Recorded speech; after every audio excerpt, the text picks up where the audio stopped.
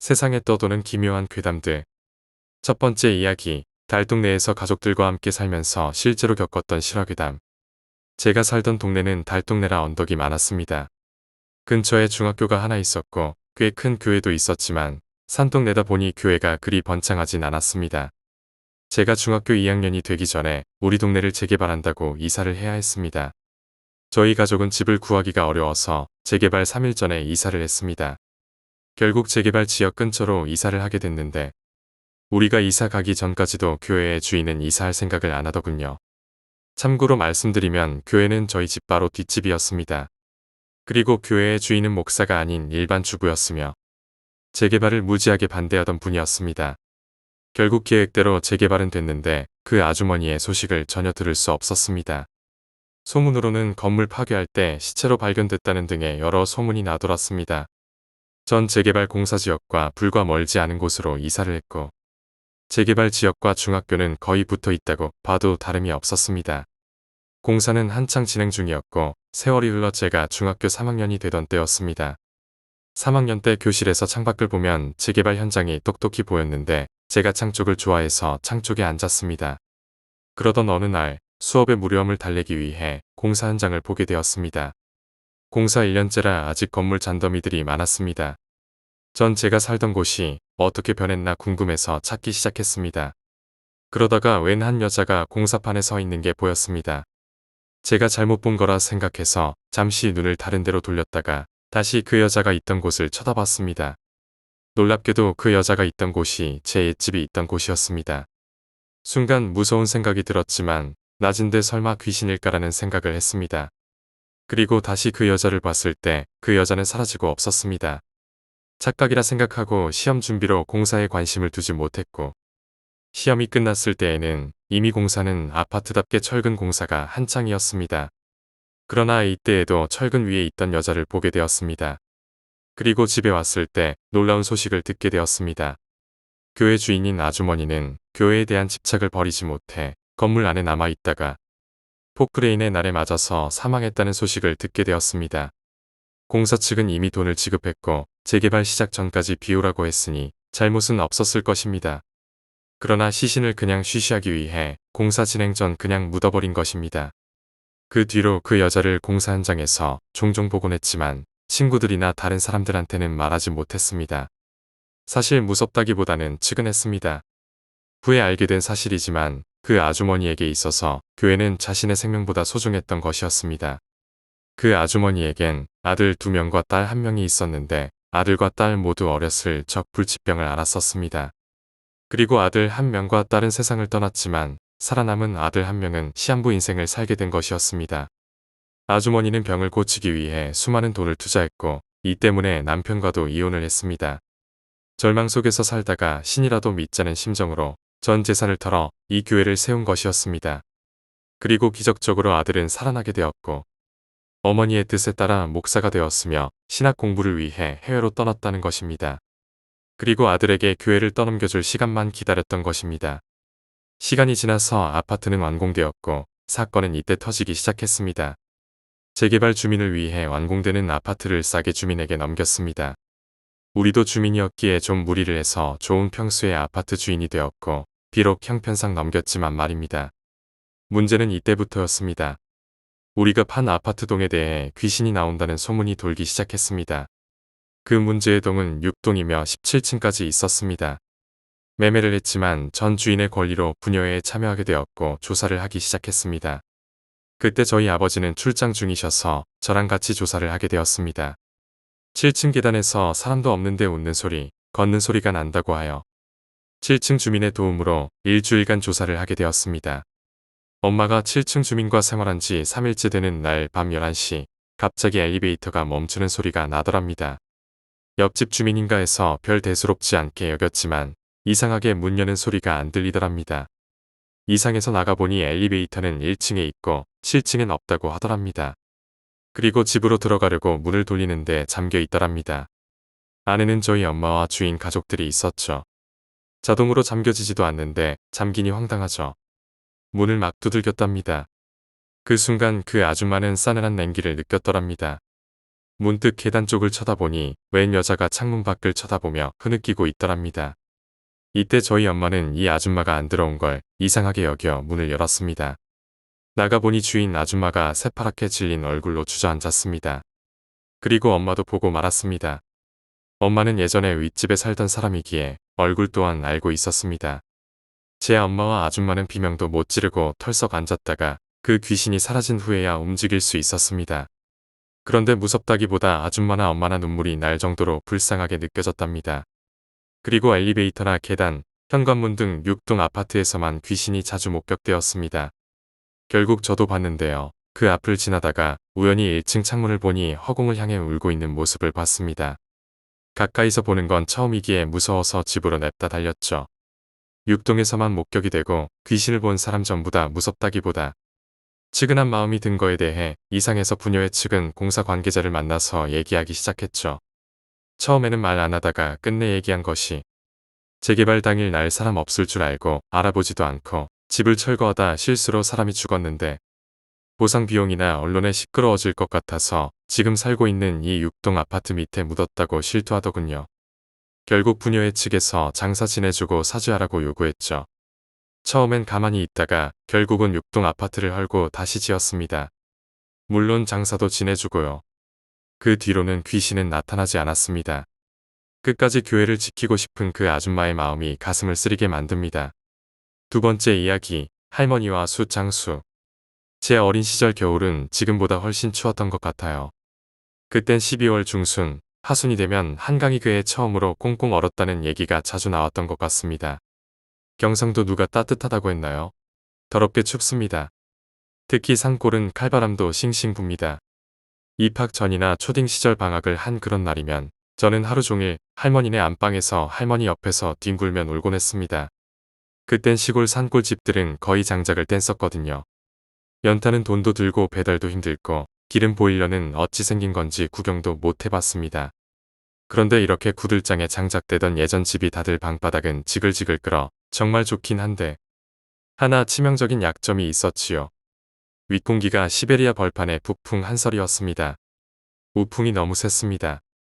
궁뎅이는 노릿노릿하게 익어가는데 코는 루돌프 사슴이 됩니다. 저희 집은 보통 겨울이면 이불 속에서 낮은 포복으로 지냈어요. 밥 먹을 때랑 화장실 갈 때만 일어나고 그럼 전 할머니에게 달려갑니다. 할머니네 집 안방엔 우리 집엔 없던 화로가 있었거든요. 그 화로 하나로 얼마나 방안이 훈훈해지던지. 그럼 하루 종일 놀고 TV 보고 할머니가 해주시는 밥 먹으면서 숙제하다가 자고 지내다 집에 가곤 했죠. 그때 할머니가 끼니 때마다 저 좋아한다고 부엌에서 불씨 긁어내서 그 위에 석쇠 구워주시던 양념 바른 두툼한 갈치 가운데 토막이랑 간 고등어를 생각하면 지금도 입안에 침이 잔뜩 고입니다. 어느 날 저희 집에서 외할아버지께 여쭸어요. 할아버지, 우리도 할머니네처럼 화로 하나 사요. 할아버지가 그러시더군요. 녀석아, 그거에 쓰는 숯이 얼마나 비싼데. 우리 집에도 화로를 들이면 분명 할머니가 나누어 주시겠지만 한두 번 얻어쓰는 거면 모를까 신세지기 싫으셨던 거죠. 지금 생각하면 그게 참숯 중에서도 최고급품인 백탄 참숯이었던 것 같습니다. 아시는 분도 계시겠지만 일반적인 숯은 참숯이라도 방에서 쓸 수가 없어요. 일산화탄소나 유황이 포함되어 밀폐된 방 같은 데서 쓰면 바로 가스 중독에 걸리거든요. 백탄은 훨씬 고온, 약 1000도 이상에서 구워져서 유독가스가 다 빠져나간 다음에 완성되어 유일하게 실내에서 쓸 수 있는 숯이라더군요. 굽는 가마도 일반 숯 굽는 가마랑 다르다고 합니다. 그런데 그 숯을 매년 공짜로 가져다 주시는 아저씨가 계셨어요. 저도 어릴 적 매년 뵙진 못했지만 아주 여러 번 뵈었거든요. 뵐 때마다 추위가 찾아올 즈음이면 큰 트럭에 할머니께서 겨우내 떼실 참나무 장작을 하나 가득 쌓아 실고 오셨었죠. 백탄 참숯 몇 가마도요. 제가 못 뵌 것도 있으니 따지면 아마 매해 오셨던 것 같아요. 언젠가 할머니가 화로에 구워주시는 군밤을 제비 새끼처럼 입을 쩍쩍 벌리고 받아먹다가 문득 생각이 나서 그 얘기를 여쭈었던 적이 있었는데 그때 그 아저씨와의 얘기를 해주셨지요. 할머니가 그 아저씨를 처음 만난 건 깊은 시름에 빠져 상주로 오시고는 갈비찜 아줌마네 머무시다가 할머니의 능력을 보여주신 후의 일인 것 같습니다.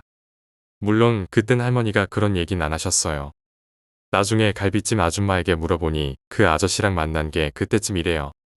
그냥 내가 좀 도와줘서 고맙다고 챙기는 거다 그러셨거든요. 어린 날의 모든 의문들은 친구 고모 할머니랑 갈비찜 아줌마께 끊임없는 질문으로 많이 해소되긴 했지만요. 그 아저씨는 윗대 조상님들인 아저씨의 아버지도 그 할아버지께서도 화전을 일구시고 산에서 숯 구워내다 파시는 일을 하시며 가난하게 살았었다고 합니다. 그러다 보니 아저씨도 어릴 적부터 숯 굽는 일을 보고 거들면서 자연히 익히게 되었다고 해요. 그러다 장성에서는 자신은 그렇게 살고 싶지 않다고 하시고는 도회지에 나가서 기술을 열심히 배우셔선 나중엔 자신의 공장을 여셨다고 합니다. 그렇게 순조롭게 잘 나가나 했는데 어느 날 공장이 너무 커지다 보니 결국 자금이 딸려서 부도를 맞으시고 모든 걸 다 날리셨답니다. 부도 안 맞아본 사람은 그 참담한 심정을 모르실 겁니다. 저희 아버지도 예전 부도 맞은 얘기 하실 때마다 매일 죽을 궁리만 하셨다고 합니다. 저랑 제 동생이 없었으면 아마 분명 실행에 옮기셨을 거라고. 그 아저씨도 정말 죽고만 싶었지만 그럴 수는 없었다고 합니다. 가족들 때문이죠. 부인도 있으시고 어린 자식도 셋인가 넷이나 있으셔서 자신이 없으면 그들이 어찌 살아갈지 생각하니 차마 죽지도 못하시겠더랍니다. 아저씨는 심기일전하여 다시 열심히 살기로 결심은 하셨는데 뭘 해야 할지 막막하시더래요.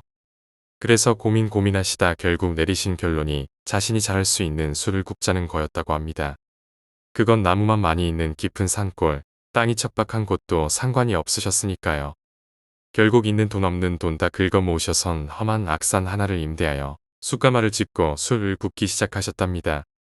처음 술을 구우시던 때는 순조롭게 술이 완성되어 품질도 좋고 해서 판로도 생기고 했답니다. 그러나 얼마 안 지나서 이상한 일들이 생기기 시작했다고 합니다. 멀쩡한 숯가마가 균열이 가서 공기가 새는 바람에 숯들이 재가 되어버리고 작업 도중에 인부들이 다치기도 하고 귀신을 봤다면서 도망가는 사람도 생기고 심지어 가마가 무너져 내리는 일까지 생겼다고 합니다.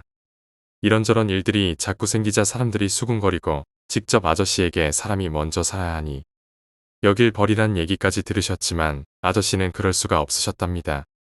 마지막 남은 희망이었기 때문이죠. 아저씨는 필사적으로 해결 방법을 찾아다니셨대요. 여러 무속인들도 만나보고 그러나 돌아온 얘긴 절망적인 얘기들 뿐이었다고 해요.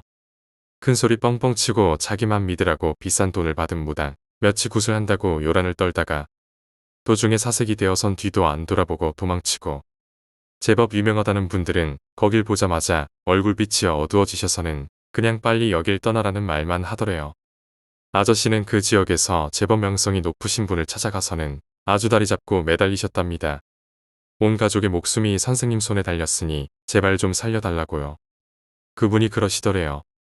나도 당신 딱한 사정은 충분히 알겠는데 내 힘으론 어쩔 도리가 없는 걸 어쩌겠냐고요. 거긴 음기가 모이는 곳이라 귀신들이 계속 꼬여드는 곳인데 굿을 한번 한다고 그 귀신들 다 쫓을 방법도 없고 설령 거기 있는 귀신들 다 쫓는다 해도 다시 계속 모여들어 어쩔 수가 없다 하시면서 그냥 자네가 옮겨가는 수밖엔 없으니 계속 거기 있길 고집하다가 정말 큰일 당하기 전에 속히 떠나라 하셨답니다. 아저씨는 자긴 거기서 죽으나 떠나서 죽으나 어차피 죽는 길밖엔 없다고 하시면서 제발 살 수 있는 방법을 알려달라고 매달리셨다더군요. 그분이 잠시 생각하시더니 어쩌면 방법이 있을 수도 있겠다시면서 할머니 얘기를 해주셨나 봐요. 자네가 죽을 팔자는 아닌 건지 굉장한 분이 나타나셨다시면서 그분이시라면 혹시 방법을 찾아주실 수도 모른다고 했대요. 그분도 안 된다고 하시면 아마 무슨 수를 써도 방법이 없을 거라셨다고 해요. 아저씨는 그 얘기를 듣자마자 할머니를 찾아가셨답니다. 그날 할머니가 하시는 얘기가 아침부터 기분이 쎄하시더래요. 뭔가 엄청 귀찮은 일이 생길 것 같은 더러운 기분이셨답니다. 그 아저씨가 찾아가셨을 땐 마침 할머니가 점심 준비를 하고 계셨답니다. 한참 점심밥 차리고 있었는데 그놈이 찾아왔어라고 하시더군요. 아저씨는 갈비찜 아줌마네 오시자마자 할머니를 찾으시고는 무릎을 꿇고 죽는 소리를 하더래요. 아침부터 들던 찝찝한 기분이 이놈 때문이구나 하고 생각하신 할머니는 나는 그냥 밥하는 사람이라 하시면서 보살님은 방에 계시니 기다렸다 보살님께 얘기해라 라고 하시고는 짐짓 모르는 척 딴청을 피우셨는데 이미 얘기 다 듣고 온 아저씨가 놔줄 리가 없겠죠. 아주 징징 울어가면서 늘어지더랍니다. 뭔 소도둑놈같이 생긴 녀석이 징징거리면서 엉겨붙는데 아주 미치겠더라고 하셨죠. 할머니는 처음엔 이런지 아예 거절을 하셨답니다. 이제 그런 일 안 한다며 은퇴했으니 귀찮게 하지 말라고요. 그런데 그 이후에도 매일 찾아와서 징징거리더래요. 그러거나 말거나 쳐다도 안 보시고 매몰차게 거절하셨답니다. 얼마 후에 할머니는 저희 외가가 있는 동네로 이사하셨는데 이사하신 지 며칠 되지도 않았는데 어찌 알았는지 이번에는 그 아저씨가 새로 이사한 집으로 찾아오셨대요. 오면 가지도 않고 한나절씩부터 앉아서 징징거리는 통에 아주 학을 떼셨다고. 그리고는 그 아저씨는 오시면 할머니 대신 집안에 남자 힘이 필요한 일들을 돕기 시작했다더군요. 집에 부서진 곳이나 뭐를 연장 써서 고치고 그런 일들이요. 컨셉을 잘 잡으신 거죠. 우리 할머니는 그렇게 정에 호소하면서 다가가면 거의 넘어오시는 분이거든요. 그러던 어느 날 할머니가 드디어 항복을 하셨습니다. 할머니 표현으로 하면 내 신세 내가 뽑기 시작하신 거죠. 한번 가서 보기나 하자. 얼마나 대단한 곳이기에 모두들 그리 다 손을 뗀 건지 하시면서 아저씨를 따라 나서셨답니다. 제 글을 읽어보셨던 분들은 알겠지만 할머니가 저 정도 얘기하시면 게임은 끝난 겁니다. 보고 그냥 덮으실 성격이 아니니까요. 그 아저씨를 따라 가본 그 숯가마가 있던 곳은 정말 굉장했답니다. 세상에 음기란 음기는 다 모이는 곳 같았다고 합니다. 보통 잘 보이지 않는 대낮이었는데도 귀신들이 곳곳에 보이더래요. 나무에도 대추 열린 것처럼 수두룩하게 앉아있고 풀틈이며 바위 사이며 할머니가 아저씨께 그러셨답니다. 어찌 골라도 이런 데를 찾아 들어왔냐면서 이런 데는 일부러 찾아다녀도 찾기가 힘들 거라고. 여기다 가만 만들면서 이상한 것도 못 느꼈냐면서 너도 참 어지간히 둔한 인간이라고 핀잔을 주셨답니다.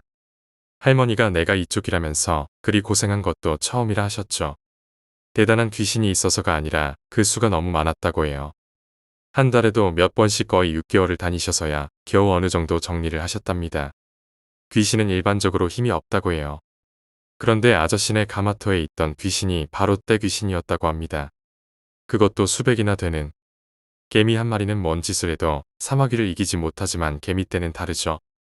아무리 최홍만이라도 수백의 초딩 떼는 못 이깁니다. 그냥 평범한 영들도 많이 모이면 트랜스포머의 영 로봇처럼 강력해지는 거죠. 할머니는 할아버지까지 소환하셔서 하나하나 잡아들이셨나봐요. 땅꾼처럼 말이죠. 어느 정도 정리가 되신 후에는 아주 다 없앨 방법은 없다고 하셨대요. 없애도 이곳의 기운 때문에 계속 모일 거라고 하시고는 정기적으로 없애줄 테니 몇몇 보이는 건 그냥 친구라고 생각하고 살라고 하셨답니다. 귀신 친구들. 실제로 숯 구우시느라 밤새시면 어느샌가 나타나서 옆에 같이 앉아 있기도 하고 그랬답니다. 나중엔 무덤덤해지셔서 먹으라고 막걸리도 따로 한 잔씩 따라 놓으시고 하셨답니다. 할머니에게 죄송해서 매번 출장비를 넉넉히 챙겨드리곤 했는데 처음 2번 받으시고는 거절하셨답니다. 그래서 언제 돈 벌어서 여기 뜨냐며 열심히 일하고 모으고 놔줄 돈은 가족 위에 쓰라고 하시면서 네 관상이 풍파가 많은 상이긴 해도 말년 운이 나쁘지 않으니 앞으로 잘 살 거라 하시면서 네가 빨리 여기 뜨는 게 나 도와주는 거라 하셨대요. 그래도 죄송한 마음을 어찌 표현 못하시자 너 가진 건 나무뿐이니까 못 쓰는 나무 모아두었다가 겨울에 땔감으로 쓰게 그거나 가져다 달라고 하셨답니다.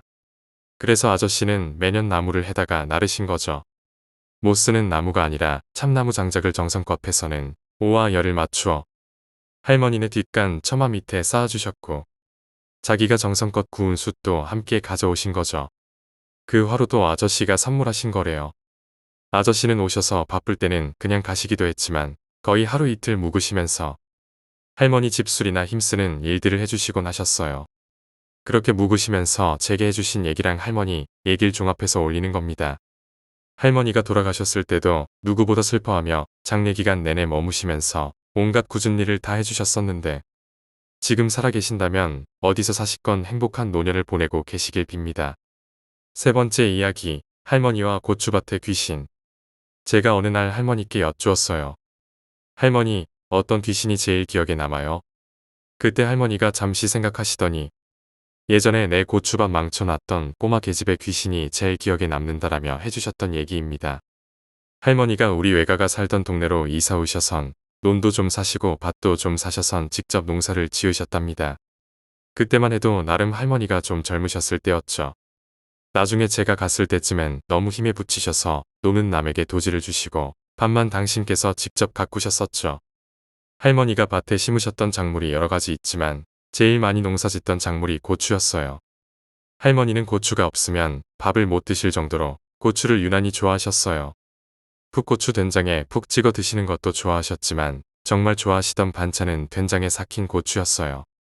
직접 메주콩 삶아 메주를 떠서 만들어 두었던 된장에 잘 씻어 다듬은 매운 고추들을 바늘로 하나하나 구멍을 뚫어 박아뒀다가 삭혀서 먹는 된장 삭힌 고추를 몇 끼니 거르지 않고 드셨어요. 어린 제 입맛엔 맞지 않았으나 그때 할머니가 만들고 드시던 걸 봐서 저도 지금 매에 삭혀두고는 먹습니다. 그걸 몇 끼니 드시고 때론 잘 다지셔서 칼국수나 수제비 끓여서 거기에 한 수저 푹 넣어 섞어 드시곤 했어요. 저도 지금 따라쟁이 하는데 술 먹고 속풀이로 진짜 최고입니다. 그 된장 박이랑 김치 담글 때 쓰던 건고추도 다 직접 재배하셨는데 고추가 은근 손이 많이 가거든요. 지지대도 세워야 하고 벌레도 잘 먹고 그래도 워낙 좋아하시던 거라 다른 작물에 비해 신경을 많이 쓰셔서 키우셨다고 해요. 그러던 어느 날 언제나처럼 아침 일찍 고추를 돌보러 밭에 나가셨는데 밤사이 이제 여물기 시작한 새끼 손톱만 한 고추랑 이제 고추로 태어날 고추꽃이 몽땅 바닥에 떨어져 있더랍니다. 할머니는 기가 차셨다고 합니다. 밤에 비가 오거나 우박이 떨어진 것도 아닌데 아주 절단이 나 있었다고 해요. 짐승들 짓도 아니었답니다. 왜냐면 짐승들이 지나간 흔적도 없고 짐승이 지나다닌 거라면 고추가 그루째 넘어지던 해야지 열매랑 꽃만 그리 똑똑 닿을 수 없었으니까요. 할머니는 부하가 침이셨지만 그냥 덮어 두기로 하셨나봐요. 내가 직접 농사지은 고추는 올해는 못 먹겠네 하시고는 그냥 장에서 사다가 드시기로 생각을 하셨는데 그냥 둘 수 없게 되었다고 해요. 다른 사람 밭도 자꾸 그리 되더랍니다. 분명 사람이나 짐승 짓은 아닌데 그냥 두면 안 되겠다 생각이 드시더랍니다. 그래서 마을 주변 밭들을 돌아보니 감이 딱 오시더래요. 한참 무르익어가는 밭을 보셨는데 다음은 여기 차례란 생각이 딱 드시더랍니다. 할머니는 그날 그 밭 주변에서 잠복 근무에 들어가셨다고 합니다. 그날 꼭 나타날 거란 예감이 드셨대요. 더운 데다 달려드는 모기들 때문에 한참 열받아 계시는데 드디어 12시가 넘어간 시간에 그 밭 입구 쪽에 웬 꼬마애가 하나 나타나더랍니다. 딱 보시기에도 산 사람은 아닌 귀신이란 걸 한눈에 아셨대요. 하긴 어떤 꼬마가 밤 12시도 넘어 밭에 오겠어요. 할머니는 뭔 짓을 하나 살펴보셨대요. 그 꼬마는 그 시절 저만 한 나이쯤 된 꼬마 계집아이 영혼이었답니다. 그 아이는 밭을 쳐다보면서 지금부터 뭔가 재미난 일을 벌일 거란 듯 얼굴에 잔뜩 장난기 어린 표정을 짓더니 밭고랑을 따라 갑자기 우다다다닥 뛰어가기 시작하더랍니다. 그렇게 밭 끝까지 뛰어가서는 다시 반대편을 향해 또 우다다다 뛰어오고를 몇 차례 반복했다고 합니다. 그러자 달빛에 비친 식물들의 작은 열매랑 꽃들이 시들시들해지더니 뚝뚝 떨어지기 시작했답니다. 그렇게 밭 한 고랑을 절단 내더니 다음 고랑으로 옮겨서는 똑같은 짓을 하더래요. 할머니는 당장 뛰어나가 잡고 싶은 마음은 굴뚝 같았지만 성질 죽이시고 기다리셨답니다. 쫓아내는 게 목적이 아니라 체포가 목적이셨기에 할머니가 뛰어나가시면 놀라서 튈 게 틀림없었으니까요. 할머니 말씀이 비록 연약한 식물이었지만 산 생명에게 그런 영향을 주려면 그 영혼의 힘이 상당해야 한다고 하셨어요. 일반적으로 평범하게 살다가 죽은 거면 어른보다 아이들의 영혼의 힘이 더 세다고 하셨어요. 그래서 무당분들이 애기둥 자신을 모시는 경우가 많은가 봐요. 영험하니까. 대신 아이들 영혼은 다루기가 더 까다롭다고 합니다. 선악의 구분이 잘 없고 장난치는 걸 좋아해서 그런 장난이 사람에겐 나쁜 영향을 미치는 경우가 많답니다. 한마디로 어디로 튈지 모르는 고무공 같은 존재라고 하시더군요. 일단 놓치면 귀찮으니까 조용히 화를 참으시고 기다리셨답니다. 화내면 바로 알아차리고 도망갈 거니까요. 아마 부적의 유효 사거리까지 들어올 순간을 기다리셨을 거예요. 흔히 귀신 나오는 만화 같은 거 보면 주인공이 귀신에게 부적을 집어 던지면 부적이 바수처럼 날아가 귀신에게 명중하는 장면이 나오잖아요. 전 그런 장면 나오면 엄청 공감하면서 봅니다. 그거 처음에 묘사한 만화가는 그분 주변에 초고수급 무속인이 실제 계셨을 거예요. 우연히 그런 장면을 묘사했을 리가 없을 것 같아요. 보통 오토바이 타고 다니면서 일수선전하고 다니는 분들 보면 명함 같은 종이 표창처럼 날리시죠. 부적은 정말 얇은 종이인데 그걸 표창처럼 날리십니다. 어린 시절 기억이지만 저도 분명히 봤어요. 할머니가 부적 날리셔서 귀신 때려잡는 거요. 물론 제 눈에 귀신이 보이지 않으니까 귀신에 맞은 건지는 몰라도 할머니가 던진 부적이 근 10m는 날아가서 어디 부딪힌 것처럼 떨어지는 걸 목격한 적이 있어요. 심지어 던진 부적이 날아가다가 방향까지 바꿔선 쫓아가는 것도 봤고요. 아마 부적 피해 방향 바꿔 도망가다가 뒤통수 맞은 귀신이 거기 있었을 것 같아요. 하도 신기해서 할머니에게 그거 또 해보라고 하면 아무 때나 되는 게 아니랍니다. 난 그저 부적에 힘만 실어주는 거고 부적이 스스로 귀신 쫓아 날아가는 거라고 하셨어요. 귀신 없으면 못하는 거라 하시면서 결국 그 꼬마 계집의 귀신은 할머니에게 범죄 현장에서 체포되었다고 합니다. 그 아이는 할머니에게 잡히자마자 울기 시작했답니다. 할머니가 아프게 안 할 테니 왜 그런 건지 얘기해보라고 하자 훌쩍이면서 얘기를 하더랍니다. 언제 죽었냐고 하니 자기도 모른다고 하더랍니다. 그냥 어느 날 문득 정신이 드니 자긴 이미 죽어 있었고 그 뒤로 쭉 혼자 있었다고 하더래요. 엄마, 아빠가 너무 보고 싶었는데 자길 찾아주지도 않고 사람들도 자길 몰라본다고 하며 너무 심심했다고 하더랍니다. 그러다가 우연히 꽃이 너무 예뻐서 자기가 만졌는데 꽃이 금방 시들어 죽더랍니다. 아이는 자신의 신기한 능력을 알고는 그 뒤로 밤만 되면 식물들 조지는 재미로 산 거죠. 처음엔 아주 혼꾸녕을 내려고 하셨는데 아이를 보니 또 그러지도 못하셨나 봐요. 외롭게 죽은 아이 생각이 나서 저승에 또 삐삐치셨나 봐요. 빨리 저승 공무원인 저승사자 한 분 보내달라고. 그 애엔 할머니가 평생 처음으로 고추 사다가 드셨답니다. 내가 키운 거보다 영 맛이 없더라라고 투덜거리셨어요.